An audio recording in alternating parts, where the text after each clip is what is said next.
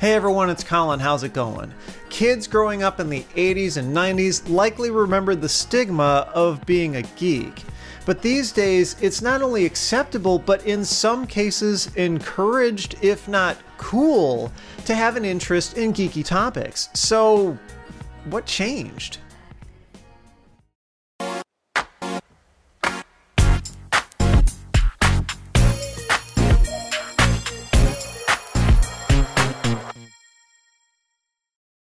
So as I was growing up, times were tough for kids who had an interest in technology or computers or video games. There was plenty going on in regards to those topics. Lots of advancement, lots of excitement within that community, but those topics were still fairly niche and not widely understood or appreciated. So bullying and teasing became really common at school, and sometimes even parents didn't fully understand their child's own interests. I was fortunate in that regard, in that my parents seemed to understand very early on that, yeah, I've got an interest in computers and tech and gaming and all this kind of stuff.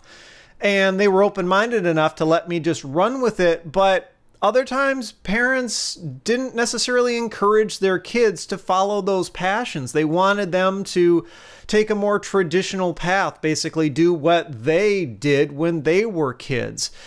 So it was kind of tough, and yet a lot of kids who were geeks or nerds or dorks or however you want to define them, who had those interests in these brand new technologies, they persevered anyway because their interests were so strong, and that whole new horizon of technology and where it was going to go was just so interesting.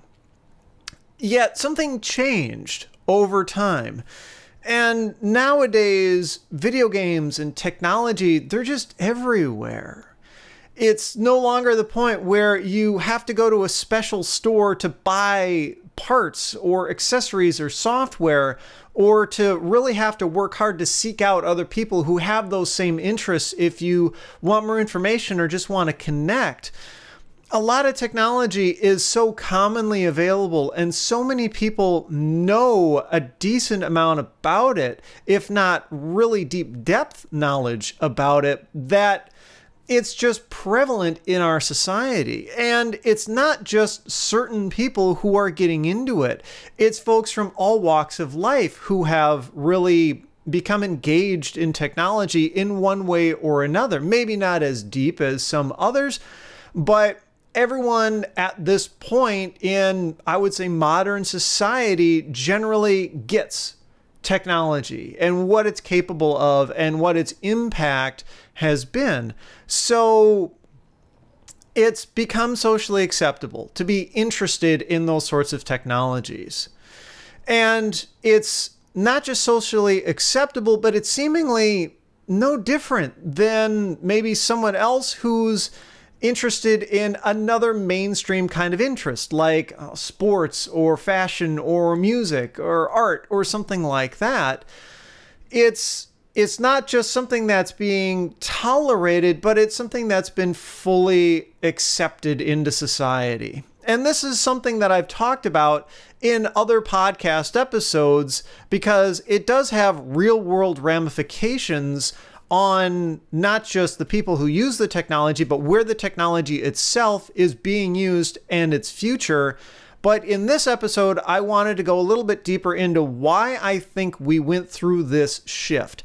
Why are geeky topics no longer really just kind of isolated and segmented off from the rest of society where, oh, you're a geek, okay, you're one of them, you know, and the rest of the, in quotes, normal people just kind of ostracize you for it.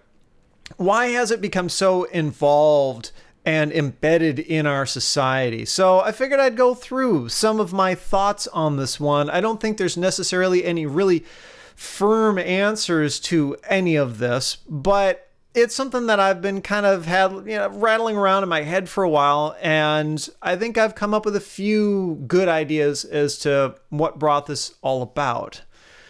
So as of late, it's actually kind of cool. It's, or at least almost cool, to be a geek, to be really involved in various forms of technology and all that, where we've got lots of references to it, even in the mass media, like movies and TV shows.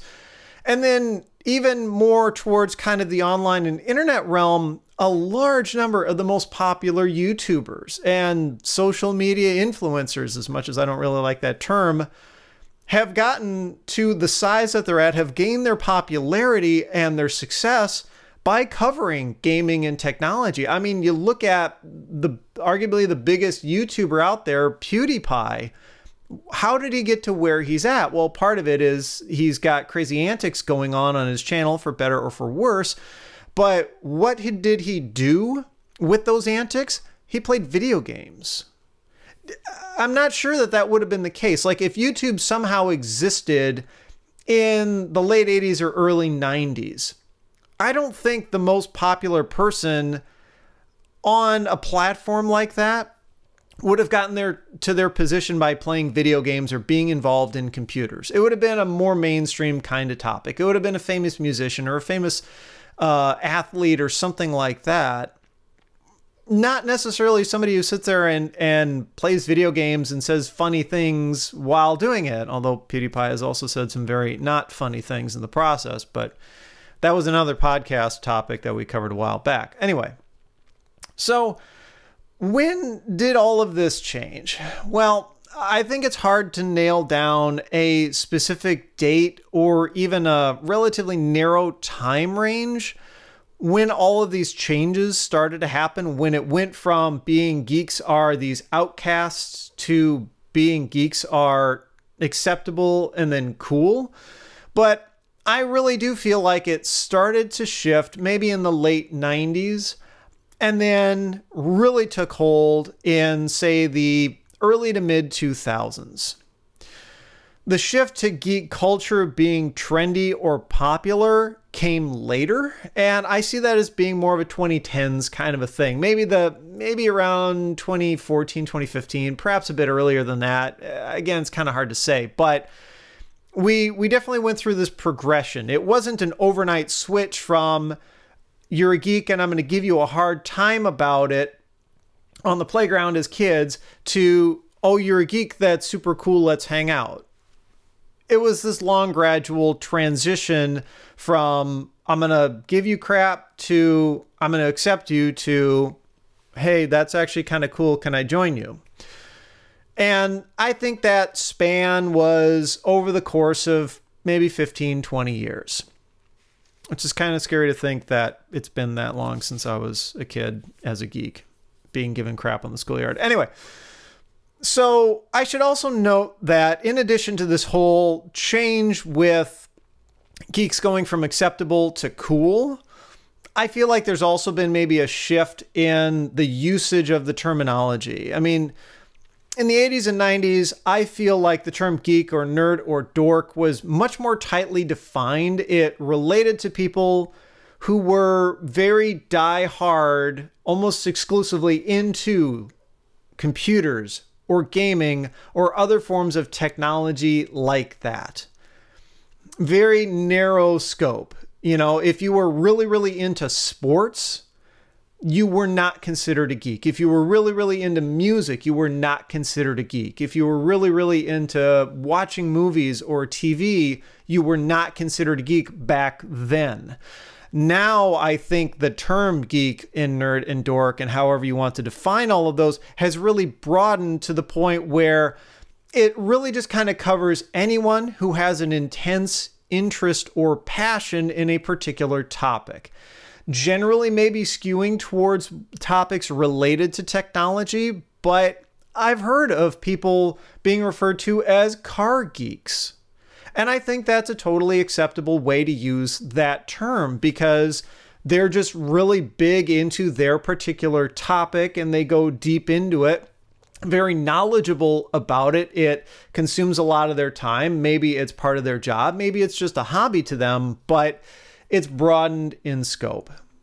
So the whole timing of this thing has you know, it's kind of nebulous, but I don't think it actually matters quite so much. The when doesn't matter quite so much as the why, though I do think some of the timing of this does play a part related to the why.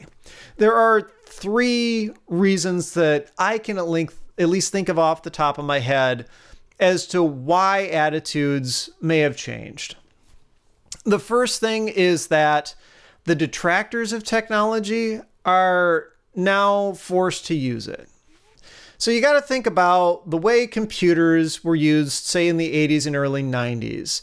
They were growing in terms of their functionality, but as it comes to like daily life and even a lot of people's jobs, they were relatively optional. I mean, in the 80s, early 90s, you could go about your life not needing to use a computer for the most part.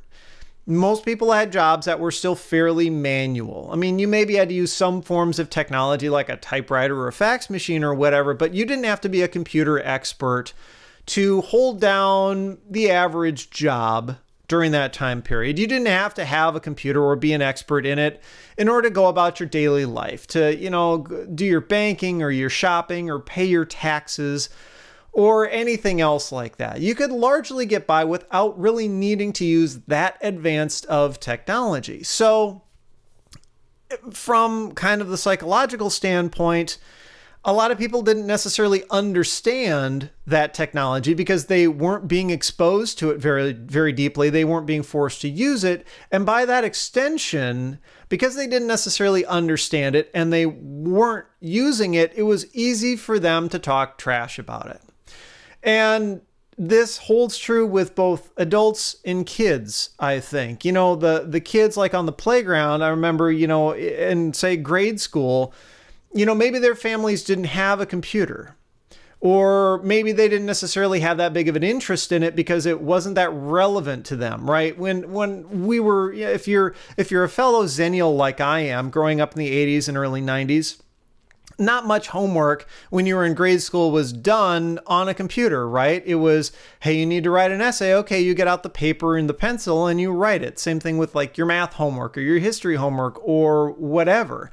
In fact, when I was a little kid, we only engaged in computers in school once a week for about an hour. We had computer class. Anybody remember computer class? Where you, instead of having computers throughout the entire school and in like your daily classrooms, there was just one classroom in the school and you would get just a very limited amount of time to actually use the computers in that classroom because all the other kids in the school had to share, you know, that same small computer lab of maybe 30 computers or whatever.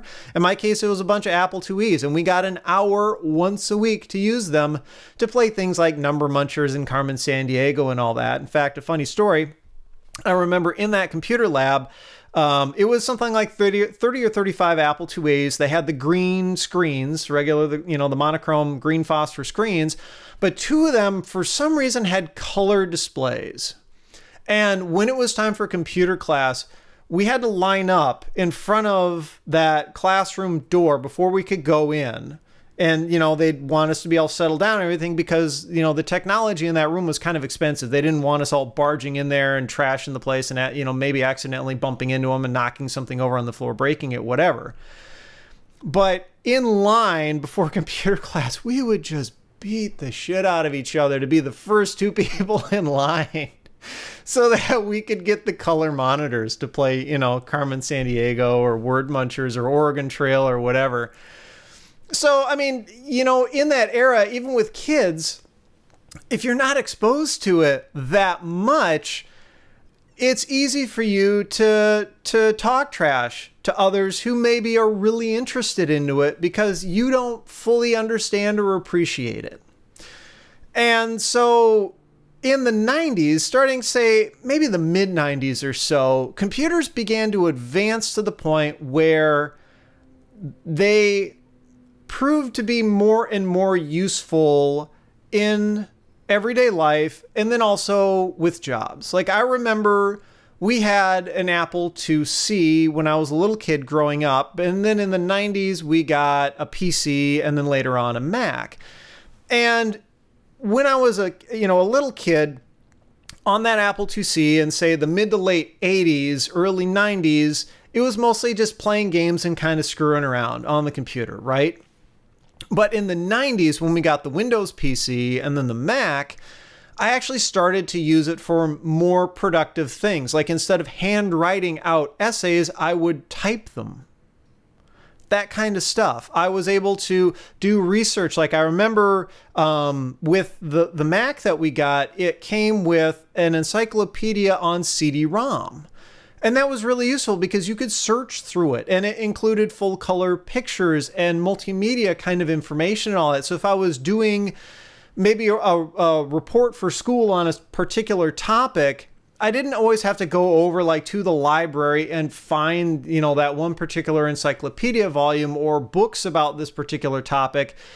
It was a lot more practical for me to just stick the CD-ROM in the computer and learn about it that way. And of course, this was pre-internet, but even pre-internet, computers in that era, in the mid-90s or so, started to become useful for practical purposes.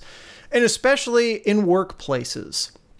It used to be like in the 80s, you know, some businesses would get in with computers in terms of like putting them on actual workers' desks. Of course, computers running businesses goes way back further than that. I mean, computers as a general topic in business goes back quite a ways, but putting actual microcomputers on employees' desks and having them use them for a lot of their job functions, I feel it's really been the 90s when that started to seriously take off. And that's because of the capabilities of computers and then also their ease of use. So more and more companies started to find computers beneficial for their employees to use as part of their daily jobs. There were efficiencies that definitely could be gained. And so while the kids are starting to, during that era, maybe get used to using computers because maybe their families finally bought a computer and they're realizing, hey, this is actually kind of cool and it's not necessarily just this geeky thing for no other purpose than just to tinker with, the adults are also doing the same thing. And it's maybe because the parents got a computer at work and started to use it that they realized, hey, maybe we should buy one for at home. So in that way, the people who were not geeks, who were trash talking geeks or failing to understand and nurture their kids who were geeks, were becoming geeks themselves, like it or not. They were forced to use the thing that they were otherwise talking trash about, and it was starting to click. They were finally starting to actually understand what the whole thing was about. And so because they were kind of thrown into that same group as geeks, and remember during that time period that I feel like the usage of the word geek and nerd and all that was a lot more tightly defined as just someone who used computers or technology or video games or whatever. Since they were now kind of getting lumped into that group, it was a lot harder for them to talk trash about it because by extension, they were talking trash about themselves, you know, giving somebody else crap. Aha, you got to use a computer at work. You're a geek. Well, crap, I'm using a computer at work. I guess that means I'm a geek, right? Anyway, and that kind of segues into the second reason I can think of is technology not just became accessible, but fun. Over time, they became more accessible for use. The prices began to come down. People were using them for everyday tasks, but they were actually becoming a bit enjoyable. I mean, you know, in the 80s, you look at, you know, the quintessential computer geek, it was generally a hobbyist, and they were going to be in it for the challenge or the educational kind of angle of it. I mean, you know, say an Apple II or an IBM PC in the 80s at home didn't serve a ton of practical purpose, right? It's not like you could do absolutely everything to manage your life on it.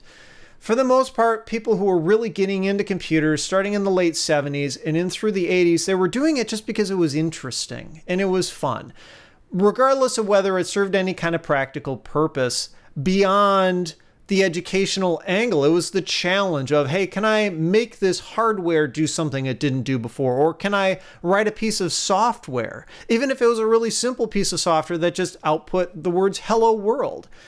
It was a challenge, and it was interesting for those people, but maybe not as practical as it could have been. But as time went on, in the 90s, they became practical to use, and they actually got to the point where they went beyond the whole challenge aspect of it, enjoyment from the challenge, but going to enjoyment because there were actually things within technology that were fun. To talk about like the video game angle, the quality of video games went up dramatically in the 90s. From the whole 8-bit era, moving into 16 to 32 to 64-bit and beyond, the quality of games went up, and I feel like the variety of games really increased. It took less imagination to see what the game was doing. You know, in the 8-bit era, things were blocky enough, and the music was, you know, chiptune kind of enough that it took a bit of imagination on your part while you were playing the game to kind of really visualize what the game was trying to convey, right? You know, like characters were only a few pixels in size. What did they actually look like? Maybe, you know, what did the environment look like? Maybe it was a fairly boring background in a side scroller. It took a little bit of imagination to kind of put together, oh, maybe this is, you know, an outdoor scene or an urban scene or something like that. Whereas as game quality got better, they were able to show more of that. They were able to give you a more immersive type of experience with better gameplay and smoother graphics, of course, better detail, better music, and the whole scope of gaming just increased.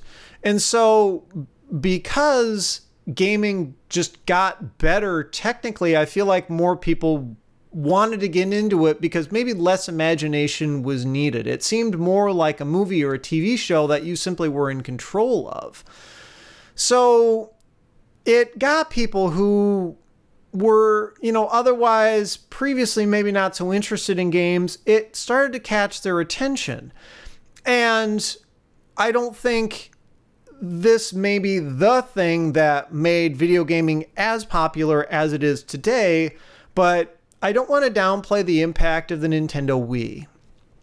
A lot of people bought video game consoles prior to the Wii, but the Wii was really something different because it was so novel in the way that you interacted with the games, and the variety of games that were able to be brought out for that console just because of the way you interacted with it was so different. It got people who were otherwise not interested in buying video games to go out and buy one. So it opened a lot of eyes, I feel like. Again, I don't think it's the thing that maybe turned the opinion on video gaming from being that nerdy thing to everybody plays video games, seemingly like it is now. But it's not something that should go understated, because it's major advances like that that really can change popular opinion. Coming back to computers, what's something that happened in the mid to late 90s that had a major impact on life as we know it? The internet. And especially in the late 90s when people started to get more and more on high-speed internet. We started to see computers go from, okay, that's that nerdy thing that people who are only, you know, really interested in the engineering part of it maybe are interested in, to it's this thing that can do some things for me at home, but it's still kind of isolated and on its own, to suddenly now you're connected to the rest of the world, and businesses are noticing and they're starting to have their operations available on the internet to actually really lend convenience to your life.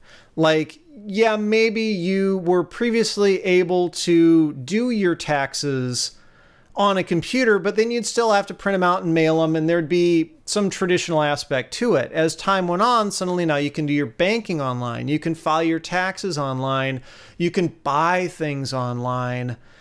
it got the attention of people who previously were just kind of dismissing computers, because it showed them that there are real practical applications for their own lives. So technology just became more accessible, more fun, more usable to people who previously had absolutely no interest in it. My final point is perhaps the simplest one, and it's simply that people grew up. People from Generation X, the Zennials like I am, and Millennials, we all became adults, and most of us at least matured. As you get older, I feel like your perspective on things changes. What you thought may have been really important when you were a kid suddenly is no longer so important to you, and vice versa. So I like to think that as time goes on, as we go through more life experiences, as we interact with more people, we become more accepting of others, as we become more comfortable with ourselves. And so I think a lot of times, especially kids, but sometimes adults too, say and do things not necessarily out of actual hate or malice, but rather out of insecurity, out of trying to comfort themselves in whatever deficiency they feel in their life at the expense of others. And this is really just the basis for teasing in general, but I feel like it came on extra strong for kids who were effectively geeks or nerds because they had particular interests. So as these generations who went through this crap in the 80s and 90s, you know, bullying on the schoolyard, as we all got older and became adults, both the bullies and those who were bullied alike, well, we realize not just the power of technology in terms of practicality, but also as a career, as being a valid way of life, of making money, of identifying who we are. It went beyond just this basement hobby that a lot of people had, and then precious few actually made a living doing.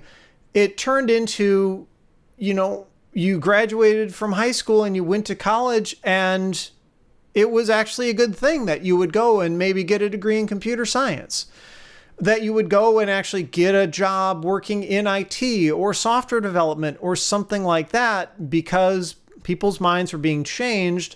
And as you grew up, people started to become more comfortable with themselves and really realize that the differences between us aren't quite so great after all. Maybe we had more shared interests than we previously realized. You know, maybe you had more to share with that person who bullied you on the school playground because you were a geek than you otherwise realized. And the same for that person. That person may still not be working in technology. Maybe their life took them another direction and they're an accountant or an athlete or whatever now. But as they saw how society changed, and as they simply grew up and matured themselves, they realized, you know, it's kind of useless to harbor these feelings about, oh, you're a geek, I'm going to give you a hard time, into looking at, well, yeah, that's actually a legit, you know, field of study to go into. That's a legit career to have,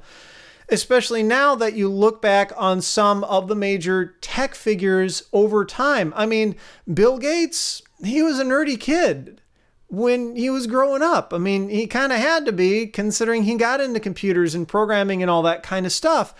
But after he became really successful and made a lot of money, how many people were giving him shit for being a geek?